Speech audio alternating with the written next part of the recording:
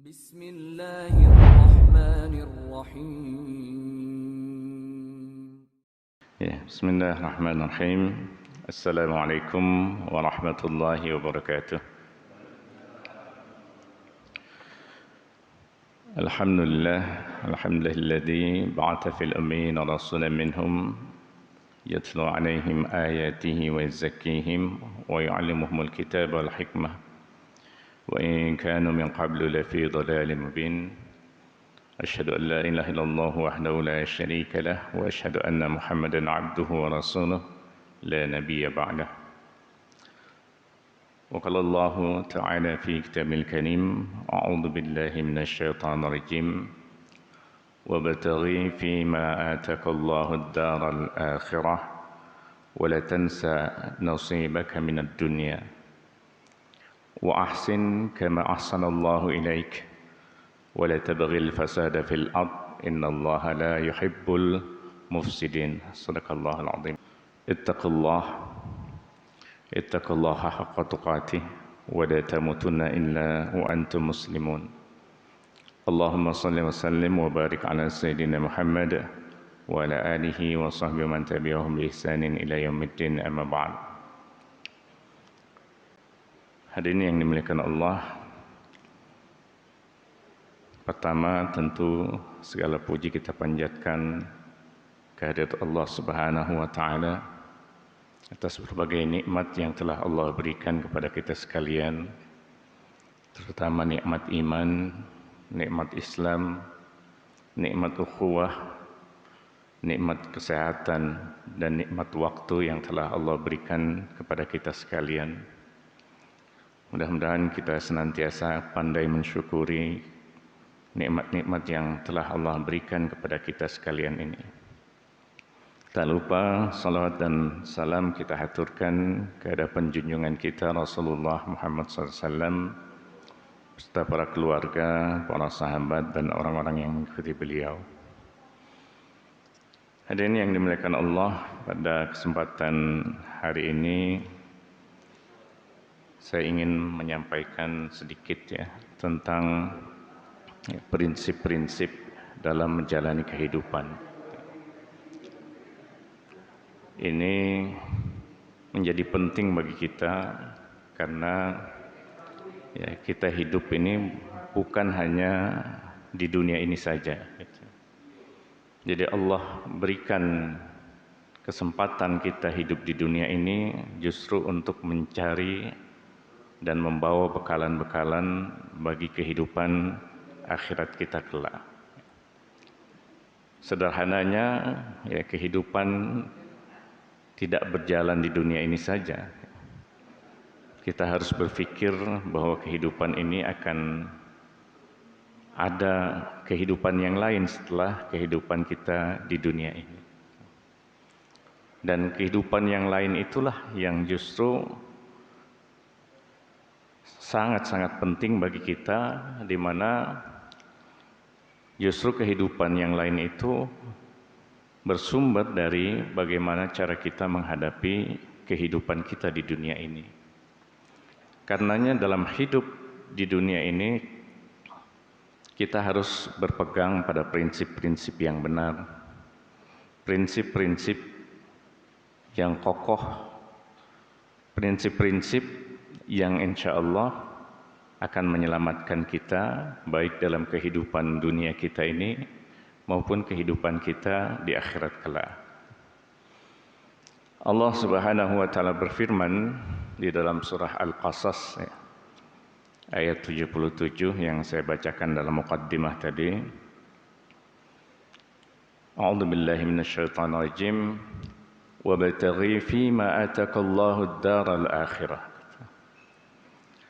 Maka kata Allah, carilah dari apa yang telah Allah karuniakan kepadamu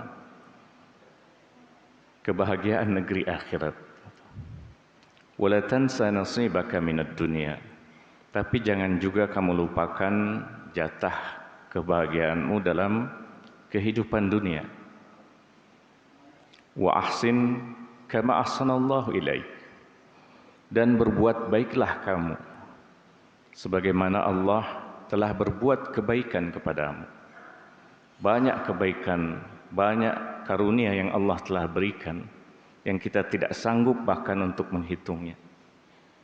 Dan Allah menisbatkan kebaikan itu, memerintahkan kepada kita untuk berbuat baik dengan menisbatkan kebaikan itu kepada dirinya. Wa ahsin kama ahsanallahu ilaik wa la tabghil fasada fil ard, dan janganlah kamu berbuat kerusakan di muka bumi ini. Innallaha la yuhibbul mufsidin, karena sesungguhnya Allah tidak menyukai orang-orang yang berbuat kerusakan. Jadi berangkat dari ayat ini ada 3 hal atau ada 3 prinsip dalam kita menjalani kehidupan yang insya Allah kalau kita jalani prinsip-prinsip ini, kita berpegang teguh padanya, kita akan beroleh keselamatan baik dalam kehidupan kita di dunia ini maupun kehidupan di akhirat kelak. Kita akan beroleh kebahagiaan baik dalam kehidupan dunia ini maupun kehidupan kita di akhirat kelak.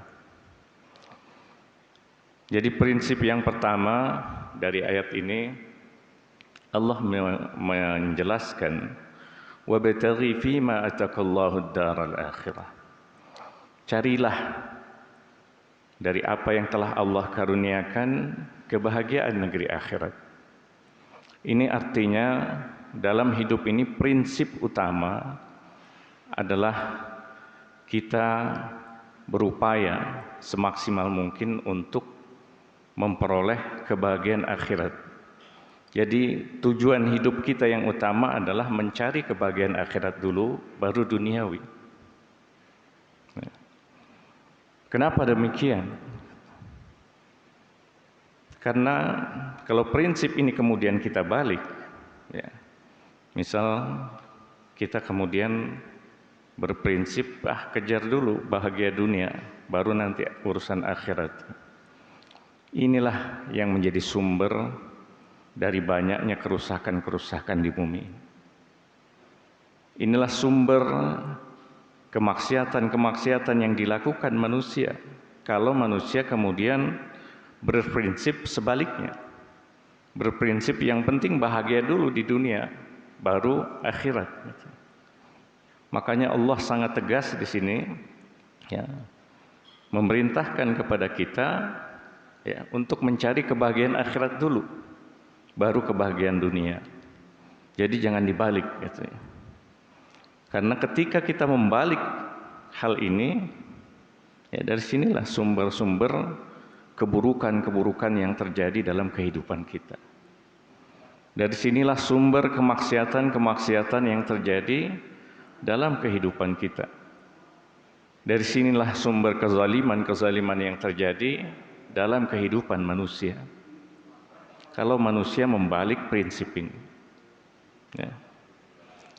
Jadi kenapa kita mesti mendahulukan kebahagiaan akhirat dulu, baru kebahagiaan kita dalam kehidupan dunia? Pertama adalah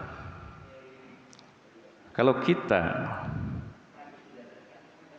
menjadikan akhirat itu tujuan, insya Allah dalam kehidupan duniawi kita akan terwujud kebaikan-kebaikan. Di samping memang perintah-perintah Al-Quran kalau kita kaji selalu demikian. Wal akhiratu khairu wa abqa. Akhirat itu lebih penting, ya, untuk kamu harapkan dibanding dunia. Wal akhiratu khairul laka minal ula. Jadi dalam banyak ayat Al-Quran Allah memerintahkan kita untuk senantiasa menjadikan akhirat itu sebagai orientasi, kebahagiaan negeri akhirat itu sebagai tujuan utama kita. Karena kebahagiaan akhirat inilah yang kemudian insya Allah akan memperbaiki bagaimana kualitas kehidupan kita, bagaimana cara kita menjalani kehidupan di dunia ini. Kalau kita berorientasi pada kebahagiaan akhirat, ya. kita akan senantiasa melakukan kebaikan-kebaikan kalau orientasi kita akhirat, kebahagiaan akhirat. Semua yang kita upayakan dari diri kita, insya Allah menjadi kebaikan-kebaikan kalau akhirat menjadi orientasi. Jadi berprinsip pada mengejar kebahagiaan akhirat dulu baru duniawi, itu agar kita juga selamat dalam kehidupan di dunia ini. Jadi kenapa kok akhirat dulu baru duniawi? Sumber-sumber kerusakan yang terjadi pada kehidupan ini kalau manusia membalik prinsip ini. Contoh, orang ingin bahagia, orang ingin punya harta yang banyak dalam kehidupan dunia ini. Kemudian dia melakukan korupsi misalnya. Nah, korupsi itu dilakukan karena apa? Karena manusia mengutamakan kesenangan duniawi dulu. Kenapa ada orang berzina? Kenapa ada orang mencuri? Kenapa ada orang melakukan kemaksiatan? Karena yang dia kejar adalah urusan kebahagiaan duniawi dulu. Baru akhirat tuh kadang nggak terpikirkan. Bahkan banyak sekali orang yang tidak yakin adanya kehidupan akhirat. Ketidakyakinan akan adanya kehidupan akhirat inilah yang menjadi sumber kerusakan manusia dalam hidup di dunia ini. Padahal tanda-tanda yang sudah diberikan oleh Allah Subhanahu wa taala itu sungguh sangat meyakinkan bahwa adalah hal mudah bagi Allah menciptakan atau menjadikan kehidupan lain setelah kehidupan kita di dunia ini. Gak ada susahnya bagi Allah menyusun tulang belulang kita, menjadikan kita sempurna lagi nanti di yaumil akhir. Menciptakannya saja Allah lakukan dengan mudah, apalagi kemudian mereproduksi ulang katanya. Itu adalah hal yang mudah bagi Allah Subhanahu wa taala. Tapi banyak manusia yang tidak meyakini akan adanya kehidupan akhirat, dan inilah sumber tadi, sumber kerusakan, sumber kemaksiatan itulah. Sehingga Allah memperjelas kepada kita sekalian, ya, agar kita senantiasa menunjukkan tujuan kehidupan kita ini pada bagaimana cara kita memperoleh kebahagiaan akhirat. Pertama, insya Allah kalau kita berorientasi pada kebahagiaan akhirat, pasti kebahagiaan dunia kita dapatkan. Tapi sebaliknya belum tentu. Kalau kita berorientasi pada kebahagiaan dunia, belum tentu akhirat kita dapatkan. Contoh, kita melakukan salat. Salat, inna salata tanha 'anil fahsya'i wal munkar. Dari salat itu kemudian kita beroleh ketenangan hidup, tahu tujuan hidup, orientasi kita kemana, tahu. Kemudian salat itu mencegah kita dari perbuatan keji dan munkar. Orang yang salat tidak berzina, orang yang salat menjauhkan diri dari perbuatan-perbuatan dosa, kemungkaran dan lain sebagainya. Dan akibat dari orang yang salat ini, kehidupannya menjadi tenang. Artinya apa? Artinya ketika kita mengutamakan kebahagiaan akhirat, insya Allah dalam kehidupan dunia juga kita akan memperoleh kebaikan-kebaikan, akan memperoleh ketenangan-ketenangan. Manusia hidup akan terasa indah dengan sesama, karena pasti orang yang sholat juga akan lahir bentuk lainnya, yaitu dalam bentuk akhlak-akhlak yang mulia. Contoh lain, kita berzakat, kita berinfak, kita menunjukkan amal-amal ini untuk amal akhirat. Kemudian hal-hal duniawi juga kita peroleh. Kasih sayang di antara kita tumbuh, kebersamaan di antara kita tumbuh. Yang miskin menyayangi yang kaya menyantuni yang miskin. Indah sekali. Ini artinya apa? Kalau akhirat menjadi tujuan kita, kemudian kita melakukan amal-amal yang kita tujukan dalam rangka menggapai akhirat kita, insya Allah dalam kehidupan dunia juga akan muncul kebaikan-kebaikan. Tetapi sebaliknya, kalau dunia yang menjadi tujuan kita, ini bisa jadi belum tentu kemudian menghadirkan kebaikan bagi akhirat kita. Orang misalnya ya, karena mengejar kebahagiaan dunia, kemudian dia melakukan perbuatan-perbuatan yang justru merusak tatanan kehidupan. Ya. Korupsi itu merusak tatanan kehidupan. Dia mungkin senang, tapi banyak sekali kemudian program-program pemerintah yang tidak bisa dijalankan karena apa? Karena uangnya habis di korupsi. Boro-boro mau menggapai kebahagiaan akhirat gitu ya. Di dunia saja dia sudah merusak tatanan kehidupan. Orang berzina misalnya. Efek dari zina itu luar biasa. Banyak anak yang lahir tanpa ayah. Belum lagi orang ketakutan akan kemiskinan, anaknya dibuang dan lain sebagainya. Dalam kehidupan dunia saja, kalau orang berorientasinya hanya duniawi, hanya kesenangan-kesenangan duniawi, itu sudah merusak kehidupan duniawi. Apalagi kehidupan akhirat.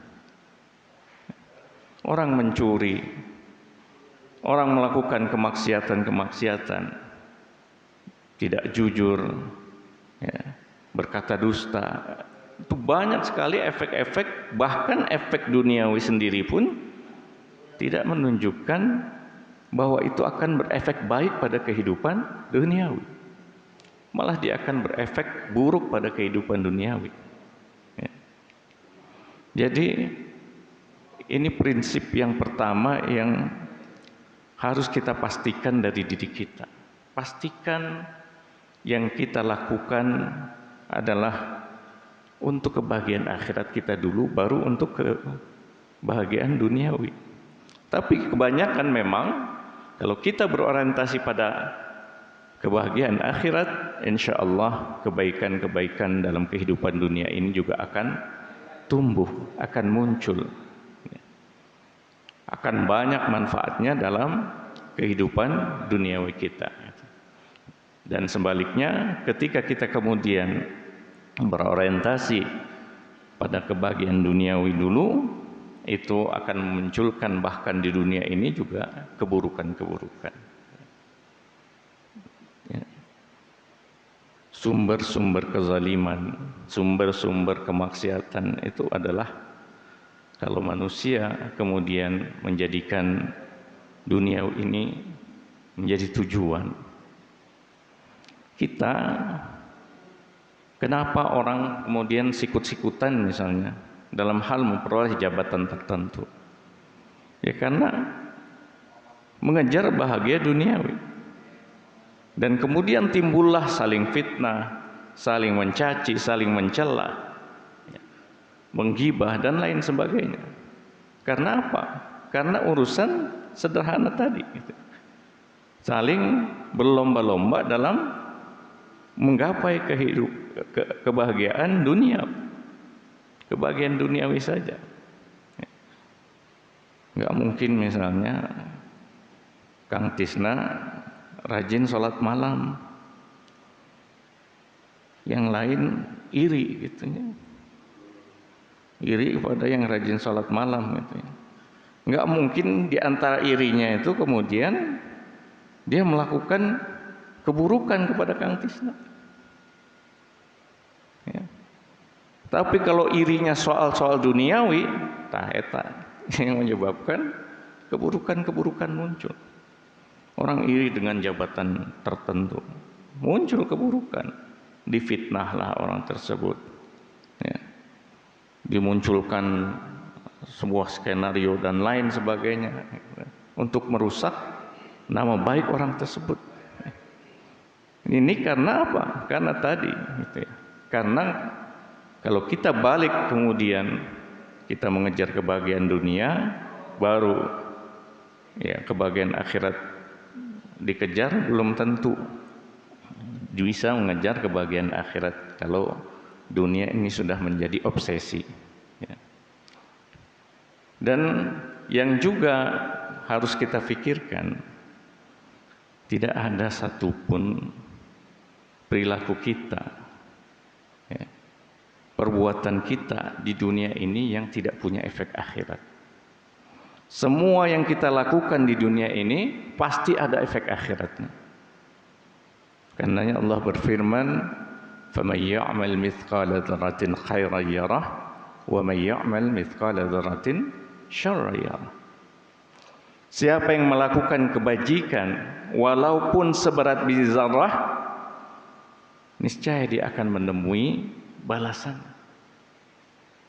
Dan demikian juga ketika manusia melakukan keburukan walaupun seberat zarrah, pasti dia akan menemui balasannya. Jadi apapun yang kita lakukan dalam kehidupan dunia kita ini punya efek akhirat, sekecil apapun. Ya. Ini harus menjadi perenungan bagi kita. Sekecil apapun yang kita lakukan ini ada efek akhiratnya. Jadi pastikan kalau yang kita lakukan itu semata-mata sesuatu yang membuat kita bahagia di akhirat nanti. Jadi kalau kita melakukan sesuatu, pikirkan dulu. Pikirkan ini kira-kira efek akhiratnya gimana? Ini baik enggak untuk kehidupan akhirat saya? Kalau kira-kira buruk, tinggalkan, jangan lakukan. Tapi kalau ini baik bagi akhirat kita, kerjakan. Karena yaitu tadi, setiap yang kita lakukan ini ada aspek akhiratnya, sekecil apapun. Dan Islam itu agama yang begitu indah. Agama yang mengajarkan kebaikan walaupun kecil itu pasti ada balasan. Sehingga pastikan bahwa yang kita lakukan itu adalah sesuatu yang memang membawa kebahagiaan bagi kehidupan kita di akhirat kelak. Ya.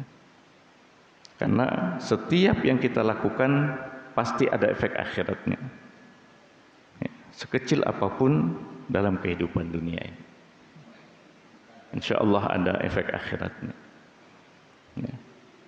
Dan itulah yang kemudian harusnya membuat kita mawas diri, senantiasa mengintrospeksi diri, senantiasa muhasabah diri. Apakah perilaku saya selama ini sudah menunjukkan hal yang baik bagi kehidupan akhirat saya atau tidak? Kalau tidak, kita berupaya untuk terus memperbaiki diri. Selagi Allah masih memberikan kepada kita waktu. Ya kan ada lagunya itu dari Opik, ya. Bila waktu telah berlalu, teman sejati tinggallah amal. Jadi di akhirat itu sudah tidak ada kesempatan kita untuk melakukan amal saleh. Di dunia ini saja. Ya. Maka ketika di dunia ini, inilah satu-satunya kesempatan bagi kita untuk melakukan kebaikan-kebaikan, melakukan amal-amal saleh. Sehingga pastikan ketika kita mau melakukan sesuatu yang kita pikirkan, ini kira-kira baik enggak sesuatu ini bagi kehidupan akhirat saya. Jangan mikirnya ini baik nggak bagi duniawi saya gitu ya. Kalau sekedar baik bagi duniawi saya, itulah yang banyak terjadi kerusakan-kerusakan dalam kehidupan kita, kemaksiatan-kemaksiatan yang muncul, keburukan-keburukan yang muncul, karena banyak di antara manusia ini hanya memikirkan bahagia dunia saja. Dan terbalik menerapkan prinsip ini gitu ya. Bahkan Allah mempertegas dalam dalam lanjutan ayat ini, wala tansa nasibaka minad dunya. Memang jangan juga kamu lupakan jatah kebahagiaanmu di dunia. Tapi Allah memerintahkan kejar dulu kebahagiaan akhirat dulu. Artinya prioritas kita itu bahagia akhirat dulu, bukan bahagia dunia dulu. Dan kemudian dalam lanjutan ini dan lanjutan ayat ini Allah berfirman, wa ahsin kama ahsanallahu ilaik. Jadi kalau tadi prinsip yang pertama ya, utamakan kebahagiaan akhirat dulu baru kebahagiaan dunia. Nah, prinsip yang kedua ini ya, hendaklah kita senantiasa berorientasi pada terwujudnya kebaikan-kebaikan. Ya. Wa ahsin kama ahsanallahu ilaik. Ya. Berbuat baiklah kamu sebagaimana Allah telah berbuat baik kepadamu. Jadi Allah menisbatkan perbuatan baik yang harus kita lakukan itu dengan betapa banyaknya Allah berbuat baik. Kita diperintahkan Allah untuk menjadi produsen-produsen kebaikan, bukan hanya konsumen. Ya. Kita diberi karunia oleh Allah. Segala yang ada pada diri kita itu hakikatnya bukan karena diri kita hebat, karena kita orang yang misalnya lebih cerdas, lebih ini, semua adalah karunia Allah. Karunia Allah semata. Sehingga kemudian jangan kita berpikir menjadi orang-orang yang ujub, orang-orang yang takabur, ya, merasa lebih baik dari yang lain. Hakikatnya apa yang ada pada diri kita adalah kebaikan dari Allah Subhanahu wa taala, karunia dari Allah Subhanahu wa taala. Dan Allah memerintahkan kita dengan karunia yang Allah telah berikan itu melakukan perbuatan-perbuatan baik. Wa ahsin kama ahsanallahu ilaik, bahasa yang indah dari Allah Subhanahu wa taala. Berbuat baiklah kamu sebagaimana Allah telah berbuat kebaikan kepadamu. Ini artinya kita diperintahkan dalam hal kebaikan jangan hanya menjadi konsumen. Jangan hanya berharap orang berbuat baik misalnya kepada kita. Kita harus jadi produsen kebaikan. Sekecil apapun pemberian Allah Subhanahu wa taala, jadikan itu sebagai potensi bagi kita untuk melakukan kebaikan-kebaikan. Karunia yang Allah berikan begitu banyak. Dan bahkan Allah menisbatkan kebaikan itu kepada kebaikan Allah yang tidak pernah kita sanggup menghitungnya. Ini artinya apa? Jangan batasi diri ketika melakukan kebaikan-kebaikan.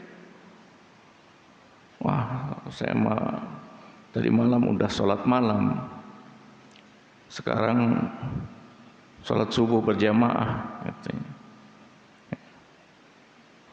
Sehingga nanti perlu terkedah gitu ya, berinfak misalnya, terkedah sedekah. Kenapa? Sudah banyak kebaikan saya. Ya Allah saja menisbatkan kebaikan itu kepada dirinya yang luar biasa. Semua yang ada pada diri kita ini adalah karena karunia Allah SWT. Dan betapa banyaknya. Bisa kita menghitung kebaikan Allah kepada kita? Nggak ada yang bisa. Nggak ada yang sanggup menghitung kebaikan Allah yang Allah berikan kepada kita. Dan Allah memerintahkan wa ahsin kama ahsanallahu ilaik. berbuat baiklah sebagaimana Allah telah berbuat baik kepadamu, telah memberi karunia, telah membentuk tubuh kita dengan sempurna, telah memberikan kepada kita rizki, telah memberikan kepada kita waktu dan lain sebagainya. Semua kebaikan-kebaikan yang ada pada diri kita pemberian Allah Subhanahu wa taala. Dan kita diperintahkan berbuat baik. Maka jadilah produsen-produsen kebaikan. Jangan membatasi diri, jangan kikir. Ya. Karena pada hakikatnya in ahsantum li anfusikum wa in asa'tum falaha. Kalau kamu berbuat baik, kebaikan itu akan menjadi kebaikan bagi dirimu sendiri, kata. Wa in asa'tum falaha. Tapi demikian juga sebaliknya. Kalau kita melakukan keburukan-keburukan, efek buruk dari keburukan itu akan kita terima sendiri. Paling tidak akan kita terima di yaumil akhir kelak balasan. Ya. Jadi pastikan kita senantiasa berorientasi pada terwujudnya kebaikan. Yang keluar dari mulut kita hanya kebaikan-kebaikan semata. Yang kita pikirkan hanya kebaikan-kebaikan semata. Yang kita lakukan juga hanya kebaikan-kebaikan semata. Pastikan. Ya. Jangan sampai kita di mulut berbeda, yang dilakukan berbeda. Ya. Ya. Jadi kita pastikan kita menjadi produsen kebaikan, karena setiap kebaikan itu juga akan berefek kepada kebaikan diri kita sendiri. Ya, keburukan begitu juga, gitu. Ya, akan berefek pada keburukan bagi kita. Dan di yaumil akhir kelak Allah pun membalasi manusia sesuai dengan amalnya, sesuai dengan apa yang dia lakukan. Jadi jangan berpikir nakal misalnya. Gana isengin ke orang lain teh, berpikir buruk gitunya, mencelakakan orang lain, ya. Berbuat untuk apa? Supaya diri kita terlihat hebat, sementara orang lain kemudian terlihat terpuruk dengan berbagai macam tipu daya dan lain sebagainya. Naudzubillah. Ya. Pastikan dalam kita bergaul dengan manusia, ya, dalam kita kemudian memperlakukan alam raya ini, ya, lingkungan sekitar kita, yang kita lakukan hanya kebaikan-kebaikan. Ya. Karena kebaikan ini di yaumil akhir kelak akan menjadi bekalan bagi kita, balasannya untuk diri kita sendiri. Ya. Hal jazaa'ul ihsani illal ihsan, kata Allah. Adakah balasan kebaikan selain kebaikan juga? Dan di dunia ini pun insya Allah setiap kebaikan itu dalam kehidupan duniawi sendiri akan berbalas kebaikan. Dan sebaliknya, keburukan juga begitu. Ya. Sering manusia itu berkonflik dengan manusia lainnya. Karena apa? Karena adanya niat-niat buruk dari satu manusia ke manusia lainnya. Dan dia berbalas. Ya, orang yang diperlakukan buruk itu kadang sudah sewajarnya kalau dia memperlakukan yang memperlakukan dirinya buruk dengan buruk pula. Ya. Memang kita sering mendengar ceramah ulah pendendam lah kalau diperlakukan buruk. Tapi kebanyakan manusia kalau diperlakukan buruk dia malah perlakukan buruk juga. Ya. Orang kalau diperlakukan baik saja belum tentu berbuat baik juga, komo diperlakukan buruk. Ya. Kebanyakan manusia membalas keburukan juga dengan keburukan. Kecuali orang-orang memang mendapat hidayah Allah Subhanahu wa taala. Ya, jadi prinsipnya yang kedua, ya kita harus memastikan bahwa apa yang terwujud dari diri kita, orientasi diri kita hanya terwujudnya kebaikan-kebaikan. Mulai dari akal pikiran, mulai dari ucapan-ucapan, apalagi kepada amal-amal atau tindakan-tindakan. Pastikan semua yang keluar dari kita kebaikan-kebaikan. Kalau kita bekerja sama, kerjasama tidak ada kerjasama yang dalam keburukan. Pastikan kerjasama kita itu dalam kebaikan-kebaikan. Ya. Wa ta'awanu 'alal birri wat taqwa, kata Allah. Wa la ta'awanu 'alal itsmi wal udwan. Ya. Saling tolong menolonglah kalian, bekerjasamalah kalian dalam kebajikan dan takwa. Dan jangan kalian bekerja sama dalam perbuatan dosa dan dalam menimbulkan permusuhan. Luar biasa ajaran agama kita ini. Kalau orang berpikir dengan mendalam, ya, pasti manusia kebanyakan memilih agama ini. Hanya sayangnya manusia jarang memikirkan agama. Hidup itu dipikirnya cuman kehidupan duniawi saja. Sebenarnya kadang-kadang saya berpikir gitu ya, kasihan juga orang-orang yang tidak banyak umat Islamnya di sebuah daerah misalnya. Masya Allah, agama ini indah luar biasa. Kebenaran pastinya ajaran yang diajarkan kepada kita dalam agama ini. Tapi banyak orang yang tidak mendapat hidayah. Dari ayat yang singkat ini saja Allah sudah menunjukkan ya betapa luar biasanya ajaran agama. Ya. Jadi itu prinsip yang kedua, ya, hendaklah kita senantiasa berorientasi pada terwujudnya kebaikan-kebaikan. Yang keluar dari kita kebaikan, kalau kita tolong menolong atau kerjasama dalam kebaikan, kalau kita memilih, pilihlah yang terbaik, yang mendatangkan kebaikan. Ya. Kalau kita kemudian misalnya ada dalam sebuah di antara upaya-upaya perbaikan dalam masyarakat, pilih yang paling terbaik. Supaya apa? Supaya kita benar-benar menjadi produsen kebaikan sesuai dengan perintah Allah Subhanahu wa taala. Dan jangan pernah membatasi diri dalam melakukan kebaikan. Kalau kita sanggup, lakukan. Lain kalau kita tidak sanggup. Kalau kita sanggup selama itu kebaikan, lakukan.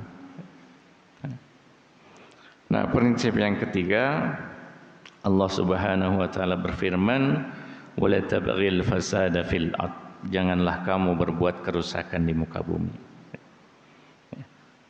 Innallaha la yuhibbul mufsidin. Karena sesungguhnya Allah tidak menyukai orang-orang yang berbuat kerusakan. Ya, jadi di kita itu sering ada istilah STMJ. Mungkin bapak-bapak hafalnya, Pak. Naon STMJ, Pak? Salat tekun, maksiat jalan. Memang ada yang kayak gitu? Coba saja ya. Saya banyak mendapati ya dalam kehidupan ini ada orang-orang yang sholatnya rajin gitu ya. Tapi maksiatnya juga dilakukan. Ya, sering maksiat gitu ya. Ya macam-macam lah maksiatnya gitu ya. Sholat rajin gitu ya. Tapi ya kalau di lingkungan pemerintahan tuh kadang-kadang sholatnya tekun tapi nerima upeti-upeti gitu ya. Sogokan-sogokan. Ini artinya apa kan? Artinya STMJ. Makanya Allah selalu mengiringkan ketika kita berbuat baik dengan upaya-upaya kita juga mencegah keburukan yang muncul dari diri kita. Ibarat orang bercocok tanam, ya. Jangan sampai kita menanam pohon yang baik, tapi kemudian pohon keburukan dibiarkan juga tumbuh. Sebab apa? Bisa jadi kita gagal panen atau mengeluarkan modal usaha yang lebih besar, tapi yang kita panen justru rugi. Orang nanam padi misalnya, dia tanam padi, dia urus, tapi dia biarkan tumbuhan-tumbuhan yang lain tumbuh, nggak dia buang gitu ya.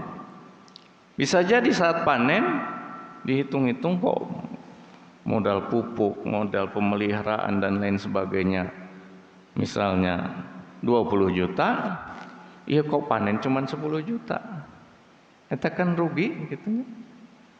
Sama dengan kalau kita sudah melakukan kebaikan-kebaikan, jangan kemudian diiringkan dengan melakukan keburukan-keburukan atau kemaksiatan-kemaksiatan.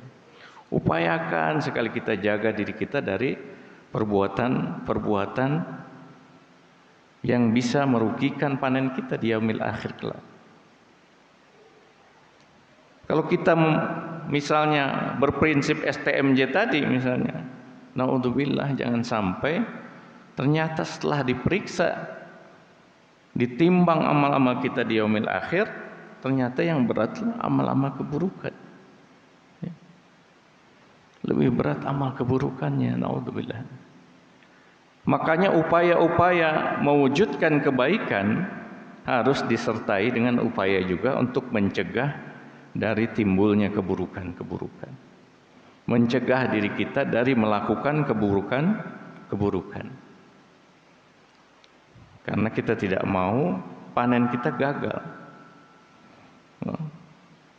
Orang nanam padi dijual ternyata rugi gitu ya. Kenapa? Modalnya lebih banyak yang keluar dibanding keuntungannya yang sedikit. Ya. Modal ngurusnya 20 juta, jangan sampai hasil yang didapat penjualannya cuma 10 juta. Kenapa? Ternyata kita biarkan tanaman-tanaman pengganggu itu ketika pupuk ditebar, ya, tanaman-tanaman pengganggunya karena tidak kita hilangkan, dia yang tumbuh subur. Nah, begitu pula dengan amal-amal kita. Kalau kita membiarkan, kita berupaya melakukan kebaikan, tapi keburukan juga kita lakukan, kemaksiatan kita lakukan.